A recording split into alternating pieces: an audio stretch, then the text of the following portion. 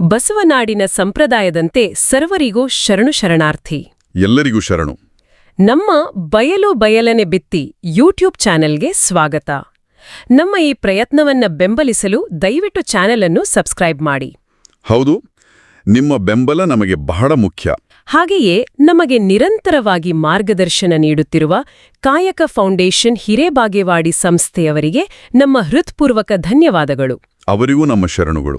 ನಾವು ಡಾಕ್ಟರ್ ಬಸವರಾಜ್ ಬಲ್ಲೂರ ಅವರ ಅನುಭಾವ ಮಂಟಪ ಚಾರಿತ್ರಿಕ ನೆಲೆಗಳು ಅನ್ನೋ ಆ ಒಂದು ಮಹತ್ವದ ಕೃತಿಯ ಆಳಕ್ಕೆ ಇಳಿಯುವ ನಮ್ಮ ಪಯಣವನ್ನ ಮುಂದುವರಿಸುತ್ತಿದ್ದೇವೆ. ಹೌದು, ಕಳೆದ ಸಂಚಿಕೆಯಲ್ಲಿ ನಾವು ಇದರ ಮೊದಲ ಭಾಗದ ಬಗ್ಗೆ ಮಾತಾಡಿದ್ವಿ.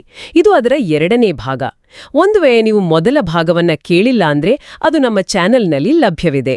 ಹೌದು, ಅದನ್ನು ಕೇಳಿದ್ರೆ ಈ ಚರ್ಚೆಗೆ ಒಂದು ಒಳ್ಳೆ ಮುನ್ನುಡಿ ಸಿಗುತ್ತೆ. ಮತ್ತೆ ನಾವಿಲ್ಲಿ ಹಂಚಿಕೊಳ್ಳುತ್ತಿರುವ ಎಲ್ಲ ವಿಚಾರಗಳು ಅಂದ್ರೆ ವಿಶ್ಲೇಷಣೆಗಳು ಮೂಲ ಲೇಖಕರಾದ ಡಾಕ್ಟರ್ ಬಸವರಾಜ್ ಬಲ್ಲೂರ ಅವರ ಸಂಶೋಧನೆಯ ಫಲ ಅನ್ನೋದನ್ನ ಸ್ಪಷ್ಟಪಡಿಸ್ತೀವಿ. ಹೌದು, ಇವತ್ತು ನಾವು ಈ ಕೃತಿಯ 97ನೇ ಪುಟದಿಂದ 142ನೇ ಪುಟದವರೆಗೆ ಗಮನ ಹರಿಸಲಿದ್ದೇವೆ. ಈ ಭಾಗದ ವಿಶೇಷತೆ ಏನು ಅಂದ್ರೆ, ಇದು ಅನುಭಾವ ಮಂಟಪವನ್ನು ಕೇವಲ ಕಲ್ಯಾಣಕ್ಕೆ ಸೀಮಿತಗೊಳಿಸದೆ ಅದೊಂದು ಜಾಗತಿಕ ಚಿಂತನೆ ಅಂತ ತೋರಿಸುತ್ತೆ. ಹೌದಾ? ಹೌದು, ಜಗತ್ತಿನ ಬೇರೆ ಬೇರೆ ಮಹಾನ್ ತಾತ್ವಿಕ ಪರಂಪರೆಗಳ ಜೊತೆ ಅದನ್ನು ಹೋಲಿಸಿ ನೋಡುವ ಒಂದು ಅದ್ಭುತ ಪ್ರಯತ್ನ ಇಲ್ಲಿದೆ. ಸರಿ, ಈ ಪುಸ್ತಕದಲ್ಲಿರುವ ಒಂದು ಹೋಲಿಕೆ ನನ್ನನ್ನು ಬಹಳ ಆಶ್ಚರ್ಯಗೊಳಿಸಿತು. 12ನೇ ಶತಮಾನದ ಅನುಭಾವ ಮಂಟಪಕ್ಕೂ ಅದಕ್ಕಿಂತ ಸುಮಾರು 1700 ವರ್ಷಗಳಷ್ಟು ಹಳೆಯದಾದ ಗೌತಮ ಬುದ್ಧನ ಸಂಘಕ್ಕೂ ಸಂಬಂಧ ಕಲ್ಪಿಸಲಾಗಿದೆ. ಎಲ್ಲಿಂದೆಲ್ಲಿಯ ಸಂಬಂಧ ಅಲ್ವಾ? ಹೌದು, ಮೊದಲ ನೋಟಕ್ಕೆ ಹಾಗೆ ಅನಿಸುತ್ತೆ. ಇವೆರಡರ ನಡುವೆ ನಿಜವಾಗಿಯೂ ತಾತ್ವಿಕ ನಂಟಿದೆಯಾ? ಖಂಡಿತವಾಗಿಯೂ ಇದೆ.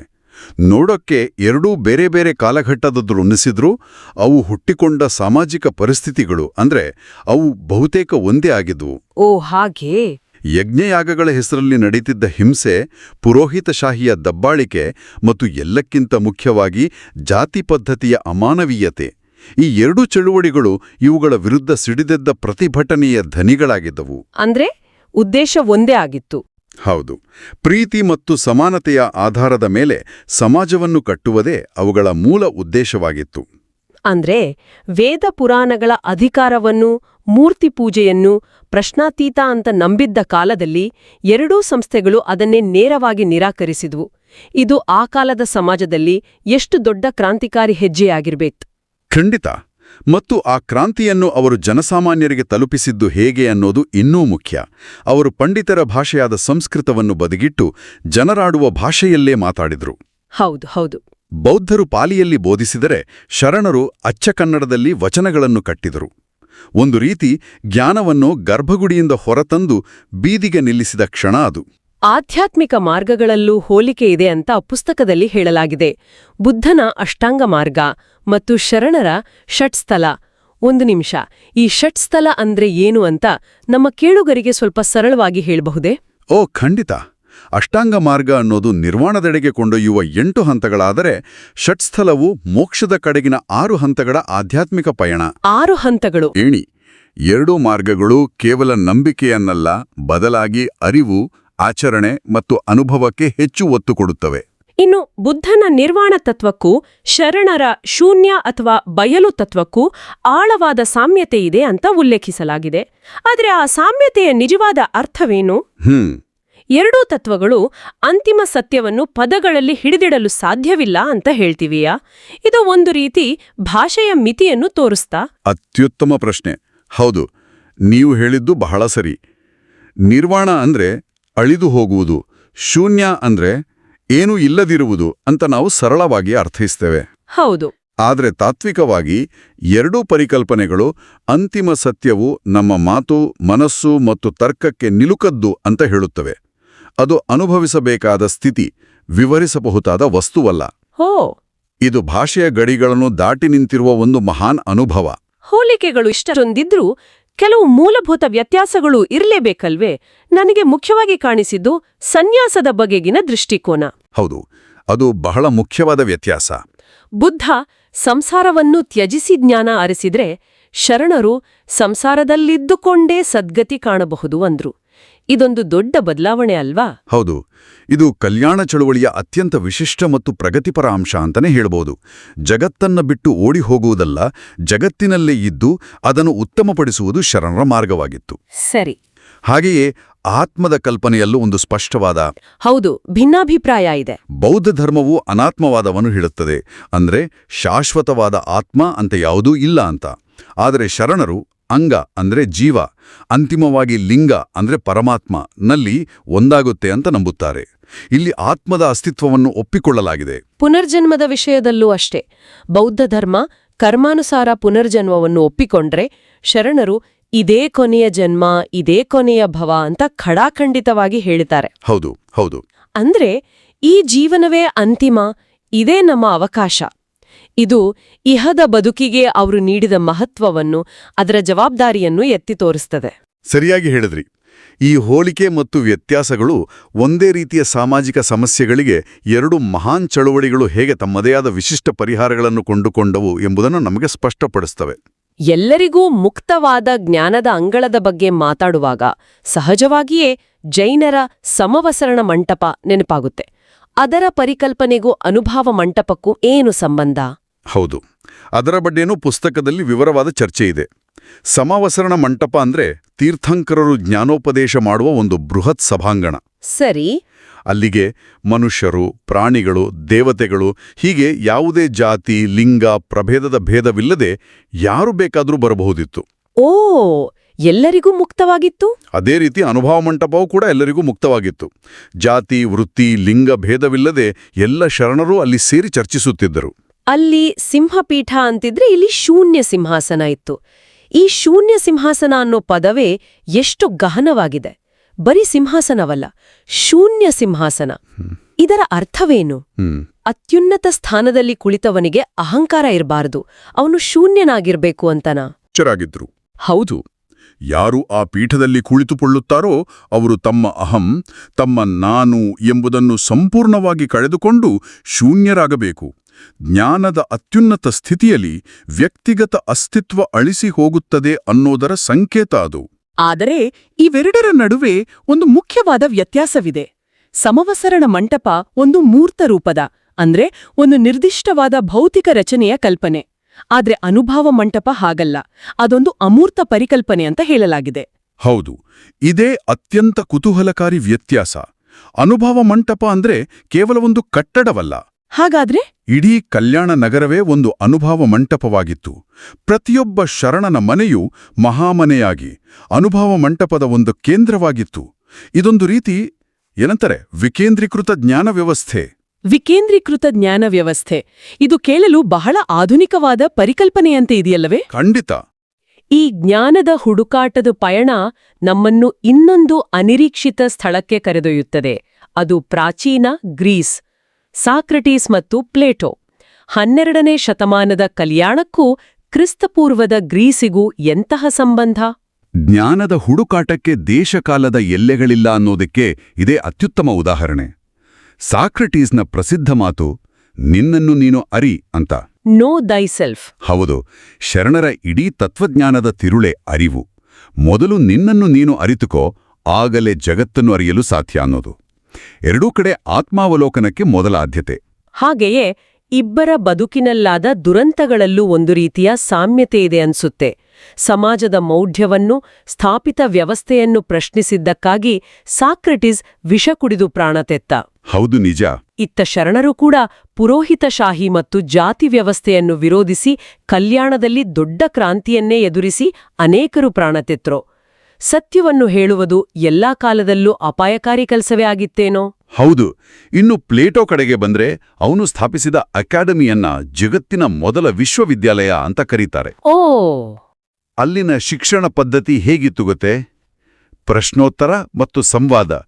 ಗುರು ಶಿಷ್ಯರು ಕೂತು ಚರ್ಚೆಯ ಮೂಲಕ ಸತ್ಯವನ್ನು ಕಂಡುಕೊಳ್ಳುತ್ತಿದ್ದರು. ಅನುಭವ ಮಂಟಪದ ಹಾಗೆಯೇ.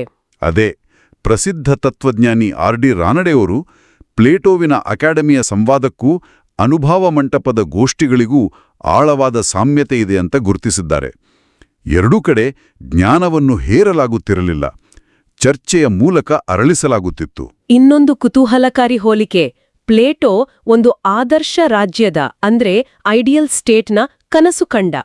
ಶರಣರು ಆದರ್ಶ ಸಮಾಜವನ್ನು ಕಟ್ಟಲು ಪ್ರಯತ್ನಿಸಿದರು. ಹೌದು, ಆದರೆ ಒಂದು ಮುಖ್ಯ ವ್ಯತ್ಯಾಸವಿದೆ. ಏನು? ಪ್ಲೇಟೋವಿನ ಆದರ್ಶ ರಾಜ್ಯವನ್ನು ಒಬ್ಬ ತತ್ವಜ್ಞಾನಿ ಅರಸ ಅಂದ್ರೆ ಫಿಲಾಸಫರ್ ಕಿಂಗ್ ಆಳ್ಬೇಕಿತ್ತು. ಆದರೆ ಕಲ್ಯಾಣದಲ್ಲಿ ಪ್ರತಿಯೊಬ್ಬ ಕಾಯಕ ಜೀವಿಯೂ ಜ್ಞಾನಿ, ಪ್ರತಿಯೊಬ್ಬರೂ ಸಮಾನರು. ಹೌದು ಹೌದು, ಇದು ಪ್ರಜಾಪ್ರಭುತ್ವದ ತಳಹದಿಯ ಮೇಲೆ ನಿಂತ ಚಿಂತನೆ ಅಲ್ವಾ? ಖಂಡಿತ. ಪ್ಲೇಟೋವಿನದ್ದು ಆದರ್ಶವಾದ ಆದರೆ ಶರಣರದ್ದು ವಾಸ್ತವವಾದ. ಅವರು ಕೇವಲ ಕನಸು ಕಾಣಲಿಲ್ಲ, ಅದನ್ನು ಬದುಕಿ ತೋರಿಸಿದರು. ಅಲ್ಲಿ ರಾಜ ಪ್ರಜೆ ಅನ್ನೋ ಭೇದವಿರಲಿಲ್ಲ. ಎಲ್ಲರೂ ಶರಣರು, ಎಲ್ಲರೂ ಸಮಾನರು. ಈ ವಿಚಾರಗಳು ನಿಜಕ್ಕೂ ಅದ್ಭುತ. ಇಂತಹ ಆಳವಾದ ಚಿಂತನೆಗಳನ್ನು ಹಂಚಿಕೊಳ್ಳುವುದೇ ನಮ್ಮ ಈ ಪ್ರಯತ್ನದ ಉದ್ದೇಶ. ಈ ಮಾತುಕತೆ ನಿಮ್ಗೆ ಇಷ್ಟ ಆಗ್ತಿದೆ ಅನ್ಕೋತೀನಿ. ಹಾಗೆ ನಮ್ಮ ಈ ಪ್ರಯತ್ನಕ್ಕೆ ಒಂದು ಸಣ್ಣ ಬೆಂಬಲ ನೀಡಿ ನಮ್ಮ ಯೂಟ್ಯೂಬ್ ಚಾನಲ್ ಅನ್ನು ಸಬ್ಸ್ಕ್ರೈಬ್ ಮಾಡಿ ಅಂತ ಮತ್ತೊಮ್ಮೆ ಕೇಳ್ಕೊತೀನಿ. ಹೌದು.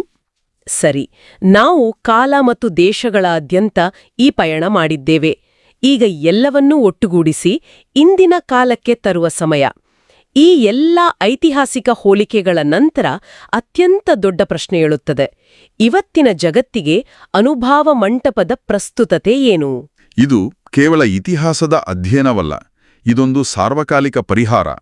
ಅನುಭಾವ ಮಂಟಪ ನಂಬಿಕೆ ಕೊಡುವ ಮೊದಲ ಪಾಠ ಪರ್ಯಾಯ ಸಮಾಜದ ನಿರ್ಮಾಣ. ಪರ್ಯಾಯ ಸಮಾಜ? ಹೌದು. ಶರಣರು ಅಂದು ಅಸ್ತಿತ್ವದಲ್ಲಿದ್ದ ಜಾತಿ, ಲಿಂಗ, ವರ್ಗ ಆಧಾರಿತ ಸಮಾಜವನ್ನು ತಿರಸ್ಕರಿಸಿ ಅದಕ್ಕೆ ಪರ್ಯಾಯವಾಗಿ ಸಮಾನತೆಯ ಮೇಲೆ ನಿಂತ ಒಂದು ಸಮಾಜವನ್ನು ಕಟ್ಟಿದರು. ಮನೆಯನ್ನು ಮಹಾಮನೆಯನ್ನಾಗಿಸಿದರು. ಮಹಾಮನೆ ಅಂದ್ರೆ ಅತಿಥಿ ಸತ್ಕಾರ, ಜ್ಞಾನ ಹಂಚಿಕೆಯ ಕೇಂದ್ರವನ್ನಾಗಿಸಿದರು. ಕರ್ಮವನ್ನು ಕಾಯಕವನ್ನಾಗಿಸಿದರು, ದಾನವನ್ನು ದಾಸೋಹವನ್ನಾಗಿಸಿದರು. ಕಾಯಕವೇ ಕೈಲಾಸ ಅನ್ನೋ ಮಾತು ಕೇಳೋದಕ್ಕೆ ಸರಳ, ಆದರೆ ಅದರ ಹಿಂದಿನ ಸಾಮಾಜಿಕ ಕ್ರಾಂತಿ ದೊಡ್ಡದು. ಚಮ್ಮಾರ, ಅಂಬಿಗ, ಕೃಷಿಕ ಹೀಗೆ ಪ್ರತಿಯೊಂದು ವೃತ್ತಿಗೂ ದೈವಿಕ ಗೌರವವನ್ನು ತಂದುಕೊಟ್ಟಿತು. ನಿಜ. ಯಾವುದೇ ಕೆಲಸ ಕೀಳಲ್ಲ, ಶ್ರದ್ಧೆಯಿಂದ ಮಾಡಿದ್ರೆ ಅದೇ ಪೂಜೆ ಅಂತ ಹೇಳಿತು. ಆದ್ರೆ ಇದು ಕೇಳೋದಕ್ಕೆ ಚೆನ್ನಾಗಿದೆ. ಇವತ್ತಿನ ಕಾರ್ಪೊರೇಟ್ ಜಗತ್ನಲ್ಲಿ ಕಾಯಕವೇ ಕೈಲಾಸ ಅನ್ನೋದು ಸಾಧ್ಯವೇ? ಅಥವಾ ಅದೊಂದು ಕೇವಲ ಆದರ್ಶವಾಗಿ ಉಳಿದಿದೆಯೇ? ಕಷ್ಟ ಸಾಧ್ಯ, ಆದರೆ ಅಸಾಧ್ಯವಲ್ಲ. ಅದರ ಮೂಲತತ್ವವನ್ನು ನಾವು ಅರ್ಥ ಮಾಡಿಕೊಳ್ಳಬೇಕು.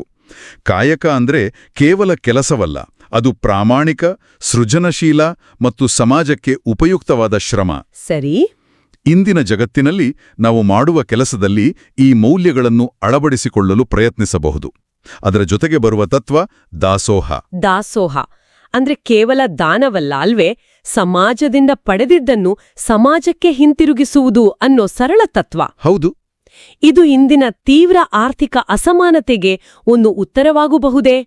ನಿನಗೆ ಬೇಕಾದಷ್ಟನ್ನು ಮಾತ್ರ ಇಟ್ಟುಕೊಂಡು ಉಳಿದಿದ್ದನ್ನು ಸಮುದಾಯಕ್ಕೆ ನೀಡು ಅನ್ನೋದು? ಖಂಡಿತವಾಗಿಯೂ. ದಾಸೋಹವು ಸಂಪತ್ತಿನ ಕೇಂದ್ರೀಕರಣವನ್ನು ವಿರೋಧಿಸುತ್ತದೆ. ಅದು ಸಮಾನ ಹಂಚಿಕೆಯ ತತ್ವ. ಶರಣರು ಗಳಿಸಿದ್ದೆಲ್ಲವನ್ನೂ ಸಮಾಜದ ಆಸ್ತಿ ಅಂತ ಭಾವಿಸಿದ್ರು. ಇನ್ನು ಶಿಕ್ಷಣದ ದೃಷ್ಟಿಯಿಂದ ನೋಡಿದ್ರೆ ಅನುಭಾವ ಮಂಟಪದ ಶಿಕ್ಷಣ ಕೇವಲ ಪುಸ್ತಕದ ಜ್ಞಾನವಾಗಿರಲಿಲ್ಲ, ಅದು ಅರಿವು ಆಗಿತ್ತು. ಅದು ವ್ಯಕ್ತಿತ್ವ ವಿಕಸನ, ಆಂತರಿಕ ಭಯದ ನಿವಾರಣೆಗೆ ಒತ್ತು ನೀಡಿತು. ಮತ್ತು ಎಲ್ಲಕ್ಕಿಂತ ಮುಖ್ಯವಾಗಿ ಪ್ರಶ್ನಿಸುವ ಧೈರ್ಯವನ್ನು ಕೊಟ್ಟಿತು. ಶತಮಾನಗಳಿಂದ ಪ್ರಶ್ನಾತೀತವಾಗಿದ್ದ ವೇದಗಳನ್ನು, ಪುರೋಹಿತಶಾಹಿಯನ್ನು ಸಾಮಾನ್ಯ ಜನರು ಪ್ರಶ್ನಿಸುವಂತೆ ಮಾಡಿದು ಅನುಭಾವ ಮಂಟಪದ ಬಹುದೊಡ್ಡ ಕೊಡುಗೆ. ಹೌದು. ನಿಜವಾದ ಶಿಕ್ಷಣದ ಗುರಿಯದೇ ಅಲ್ವಾ? ವಿಮರ್ಶಾತ್ಮಕ ಚಿಂತನೆಯನ್ನು ಬೆಳೆಸುವುದು. ಹೌದು. ಅಲ್ಲಿ ಜ್ಞಾನವು ಅನುಭವದಿಂದ ಹುಟ್ಟುತ್ತಿತ್ತು. ಹಾಗಾದ್ರೆ ಈ ಎಲ್ಲದರ ಅರ್ಥವೇನು? ಅನುಭವ ಮಂಟಪವು ಧರ್ಮವನ್ನು, ಮನುಷ್ಯ ಸಂಬಂಧಗಳನ್ನು ಸುಧಾರಿಸುವ, ಇಹದ ಬದುಕನ್ನು ಪ್ರೀತಿಸಿ ಅದನ್ನು ಒಂದು ಸಂಭ್ರಮವನ್ನಾಗಿಸುವ ಒಂದು ಸಾಧನವಾಗಿ ನೋಡಿತು. ನಿಜ. ಅದು ಸ್ವರ್ಗ ನರಕಗಳ ಬಗ್ಗೆ ಚಿಂತಿಸದೆ ಇರುವ ಈ ಬದುಕನ್ನು ಹೇಗೆ ಸುಂದರವಾಗಿಸುವುದು ಅಂತ ಕಲಿಸಿತು. ನಿಖರವಾಗಿ ಹೇಳಿದಿರಿ. ಇವತ್ತು ಜಗತ್ತು ಕೋಮುವಾದ, ಅಸಮಾನತೆ, ಒಂಟಿತನ ಮತ್ತು ಮಾನಸಿಕ ಒತ್ತಡಗಳಿಂದ ಬಳಲುತ್ತಿದೆ. ಇಂಥ ಸಂದರ್ಭದಲ್ಲಿ ಶರಣರ ಸಮಾನತೆ, ಕಾಯಕ, ದಾಸೋಹ ಮತ್ತು ಅರಿವಿನ ತತ್ವಗಳು ಇವು ನಮಗೆ ಜಾಗತಿಕ ಮಟ್ಟದಲ್ಲಿ ಎದ್ದು ನಿಲ್ಲುವ ನೈತಿಕ ಶಕ್ತಿಯನ್ನು ಕೊಡ್ತವೆ. ಇದು ಕೇವಲ ಒಂದು ಐತಿಹಾಸಿಕ ಚರ್ಚೆಯಲ್ಲ, ನಮ್ಮೆಲ್ಲರ ಬದುಕಿಗೆ ಬೇಕಾದ ದಿಕ್ಸೂಚಿ. ಈ ಚರ್ಚೆಯ ಕೊನೆಯಲ್ಲಿ ನಮ್ಮನ್ನು ನಾವೇ ಕೇಳ್ಕೊಳ್ಬೇಕಾದ ಒಂದು ಪ್ರಶ್ನೆ ಇದೆ. ಶರಣರು ತಮ್ಮ ಕಾಲದ ಸಮಾಜವನ್ನು ಬದಲಿಸಲು, ಚರ್ಚಿಸಲು ಒಂದು ಭೌತಿಕ ಮತ್ತು ಬೌದ್ಧಿಕ ವೇದಿಕೆಯಾದ ಅನುಭಾವ ಮಂಟಪವನ್ನು ಕಟ್ಟಿದರು. ಹೌದು. ಇಂದಿನ ಡಿಜಿಟಲ್ ಯುಗದಲ್ಲಿ ನಮ್ಮೆಲ್ಲರ ಕೈಯಲ್ಲೂ ಜಗತ್ತನ್ನು ತಲುಪುವ ಶಕ್ತಿಯಿದೆ, ನಮ್ಮದೇ ಆದ ವೇದಿಕೆಗಳಿವೆ. ಹಾಗಾದರೆ ಇಂದಿನ ಅನುಭಾವ ಮಂಟಪ ಹೇಗಿರಬಹುದು? ಅದರ ಸ್ವರೂಪ ಏನಾಗಿರಬಹುದು? ಈ ಪ್ರಶ್ನೆಯೊಂದಿಗೆ ಇಂದಿನ ಚರ್ಚೆಯನ್ನು ಮುಗಿಸೋಣ. ಈ ಆಳವಾದ ಚರ್ಚೆಯಲ್ಲಿ ಭಾಗಿಯಾದ ಎಲ್ಲರಿಗೂ ಧನ್ಯವಾದಗಳು. ಸರ್ವರಿಗೂ ಶರಣು ಶರಣಾರ್ಥಿ. ನಮ್ಮ ಚಾನೆಲ್ ಬಯಲು ಬಯಲನೆ ಬಿತ್ತಿಯನ್ನು ಸಬ್ಸ್ಕ್ರೈಬ್ ಮಾಡಲು ಮರೆಯದಿರಿ.